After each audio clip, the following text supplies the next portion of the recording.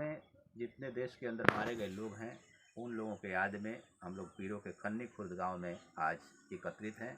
श्रद्धांजलि सभा के माध्यम से, शोक सभा के माध्यम से हम लोग ये उन तमाम परिवारों के याद में हम लोग श्रद्धांजलि अर्पित करने के लिए यहाँ एकत्रित हैं।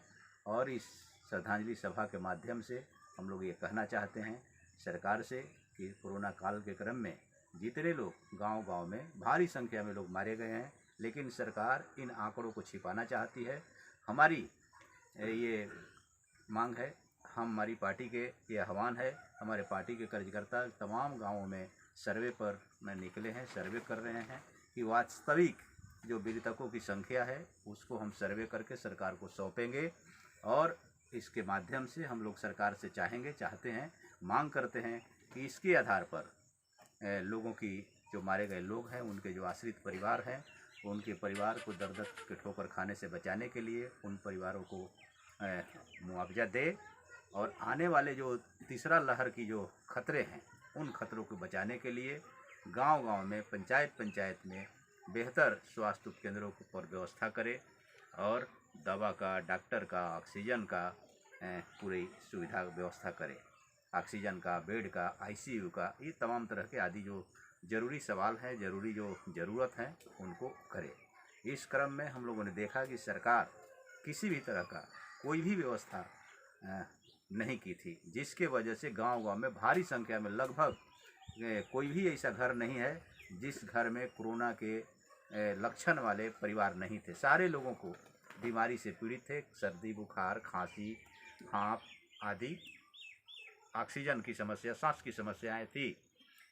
जांच की व्यवस्था नहीं थे। जांच अगर होता तो भारी संख्या में लोग आज ये आंकड़ा सामने आ जाता, लेकिन सरकार ने ऐसा व्यवस्था नहीं किया था।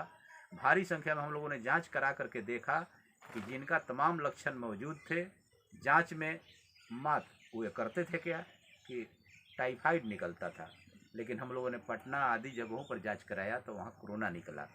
इसी तरह से सरकार आंकड़ों की खेल कर रही है कि इस क्रम में कोरोना से मारे लोग नहीं गए हैं। हमारा मानना है, हमारी पार्टी की मानना है कि भारी संख्या में गांव-गांव में कोई ऐसा गांव नहीं है जिस गांव में कोरोना के लक्षण से लोग नहीं मरे हों। कई भारी संख्या में लोग मरे हैं। उन तमाम लोगों के परिवारों को सरकार मुआवजा दे। हम लोग देख रहे हैं कि सरकार आंकड़ा छिपाना चाहती है। इस आंकड़े के छिपाने के मामले में ये संवेदनहीन बनी है। पहले तो ये सरकार बीमारी को मानती नहीं थी, अभी भी नहीं मान रही है। चुनाव कराने के मामले में इस चुनाव करा करके लोगों की ज़िंदगी को बर्बाद कर दिया। अगर सरकार चुनाव नहीं कराती तो इतने लोगों की ज़िंदगी नहीं परेशान होता। हम लोग चाहते हैं कि ये लोगों की ज़िंदगी बचाने के प्रश्न पर सरकार खर्च करे, अपनी व्यवस्था ठीक करे। ये सवाल आज बहुत बड़ी है। लोगों की बेहतर ज़िंदगी कैसे बने, इस सवाल पर सरकार चिंतित नहीं है।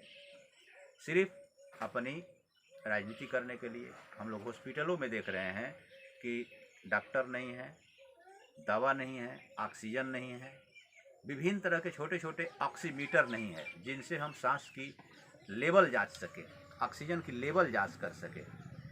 अपने तरीके से लोग भगवान भरोसे ज़िंदगी बचा रहे थे, ज़िंदगी चला रहे थे, अपने कंधे पर ले जा रहे थे, अपने कई तरह की अपने तरीके से कर रहे थे, डॉक्टर न पाता थे। लेकिन आज सरकार कह रही है कि हमारी तमाम सुविधाएं हैं।